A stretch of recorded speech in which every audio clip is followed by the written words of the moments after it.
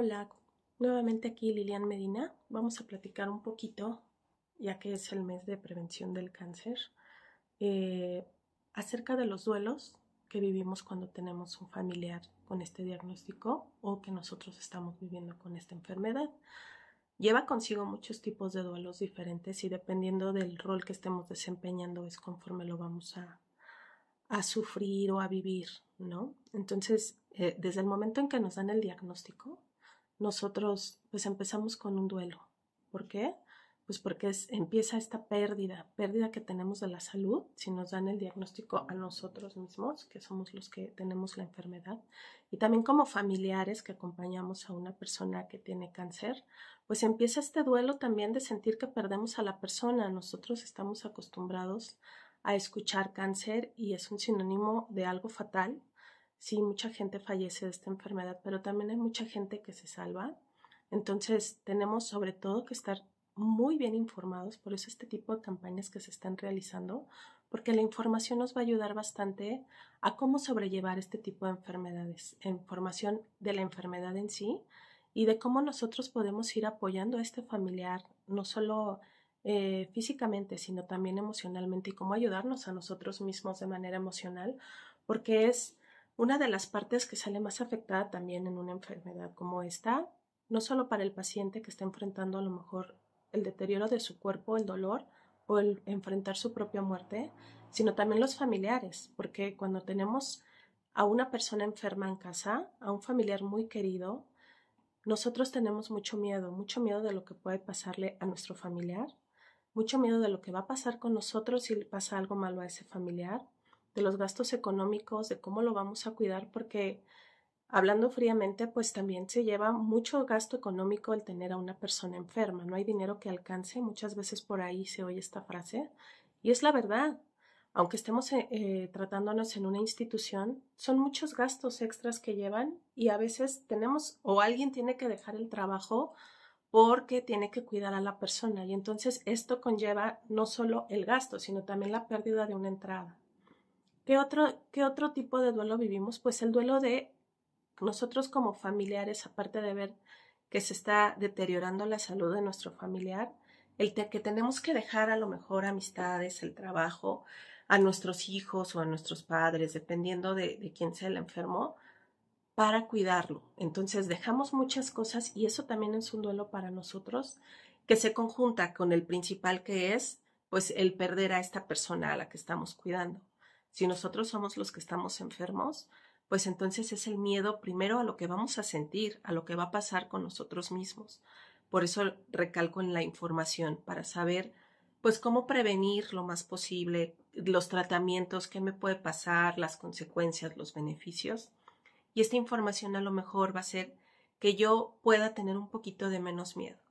Ahora, también esto, el saber, pues nos hace caer en la realidad de que a lo mejor no me voy a curar, pero de qué manera puedo yo al final terminar mis días de la mejor manera, lo que llamamos una muerte digna. Y esto también es muy importante para poder encontrar un poco de paz dentro de esta situación tan compleja, tan difícil.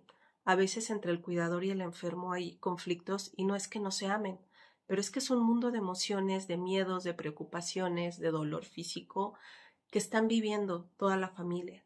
Y eso es comprensible y por eso también en esta parte es importante que haya pues tanatólogos en los hospitales o que se acerque a la familia y la persona que está viviendo la enfermedad justamente para poder sacar, platicar, llegar a acuerdos, porque a veces nos sobrepasan las emociones. No sabemos qué hacer con todo esto que estamos sintiendo, viviendo. Es muy intenso el miedo, la preocupación también de la persona enferma de qué me va a pasar, aparte, qué va a pasar con mis hijos, con mis padres, con las personas que dependen de mí. Y eso muchas veces es lo que no les permite empezar a encontrar esta paz. Es un proceso muy difícil.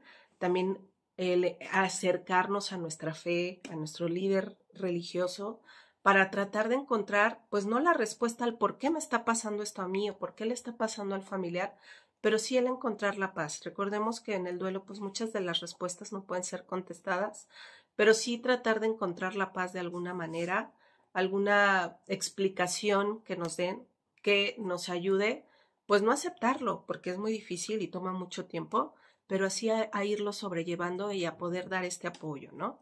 Y bueno, también otro tipo de duelo que conlleva este tipo de enfermedades crónicas es cuando ya fallece la persona. Nos queda toda esta parte de si hice lo suficiente, hubiera, y aunque estuvimos a lo mejor muchos años con esa persona, porque a veces los procesos de enfermedad son muy largos, o cuando son muy cortos, que no da tiempo a lo mejor pues ni de aceptar lo que está pasando realmente, es ¿por qué no me di cuenta que estaba enfermo? ¿Por qué no lo llevé al doctor? ¿Por qué no lo atendí? ¿Por qué no le di esta prioridad? Recordemos, para quitarnos parte de esto, hubiera que en ese momento nosotros no sabíamos lo que estaba pasando, no somos adivinos, no somos médicos. A veces nos tardamos en procesar la información y actuamos en ese momento con la información, con la conciencia que tenemos y debemos mejor de quedarnos y cambiar nuestro pensamiento por el sí y por lo que sí hice, por lo que sí le di, por lo que esa persona se pudo llevar de mí, que yo lo cuidaba, que yo aportaba, porque a lo mejor no todos podemos cuidar también esta parte del conflicto que hay entre la familia cuando hay un enfermo, de quién lo cuida, quién pone el dinero, de yo trabajo, pero tú puedes, pero tú no trabajas, pero yo no quiero. Y después del fallecimiento o dentro de la enfermedad, hay muchos pleitos que también nos llevan a vivir estos procesos de pérdida porque estamos peleando con la familia, estamos perdiendo esta unión familiar que a lo mejor antes de la enfermedad había y por eso a veces escuchamos muchas veces estos comentarios de que en estos momentos de dificultad sabemos quién está realmente, ¿no?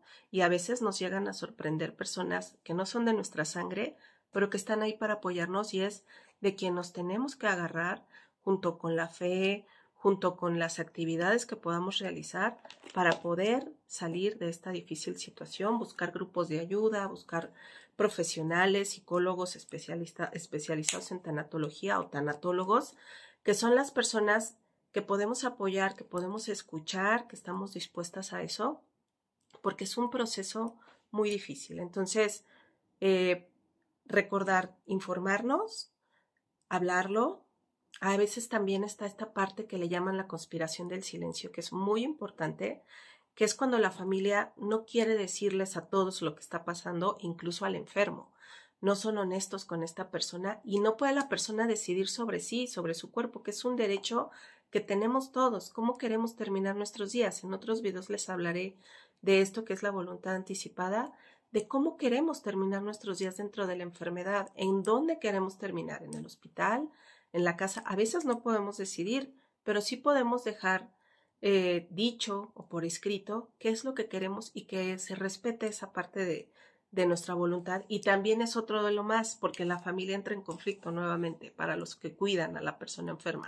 Porque aunque sabemos lo que quieren, va a lo mejor en contra de lo que yo pienso, de lo que yo quiero, porque quiero que mi familiar luche hasta el final sin considerar que a lo mejor ya está cansado por el dolor tan grande que siente, ¿no? Entonces, todas estas situaciones se vuelven muy complejas porque todos pensamos diferente, tenemos ideas, pensamientos, creencias, sentimientos muy, muy diferentes y todo esto es muy subjetivo. Nadie nos puede decir que está bien o que está mal. Simplemente es actuar a lo mejor conforme a lo que quiere la persona, llegar a un consenso con los demás hermanos. Y hay gente que dice, pues es que quería esto, pero no, yo no puedo decidir de esta manera y entonces yo hago lo contrario porque creo que es lo mejor. Y entonces vivir con eso también puede ser un conflicto y por eso el tener un familiar con cáncer desde el diagnóstico hasta el desenlace y todavía tiempo después puede traer consigo muchos duelos y a la persona que sufre la enfermedad también desde un pequeño, porque también si hay niños con cáncer en la familia, pues pierde esta independencia, pierde a sus amigos de la escuela, pierde a lo mejor el vivir una vida como un niño que no está enfermo, ¿no? Entonces, y se da cuenta muchas veces, porque los niños son muy inteligentes. Entonces, todas estas cosas debemos de tratarlas, no lo echan en saco roto, es muy importante y bueno, sobre todo, saber esto para prevenir, para poder evitar en la medida de lo posible, porque a veces pues no se puede todo este tipo de pérdidas.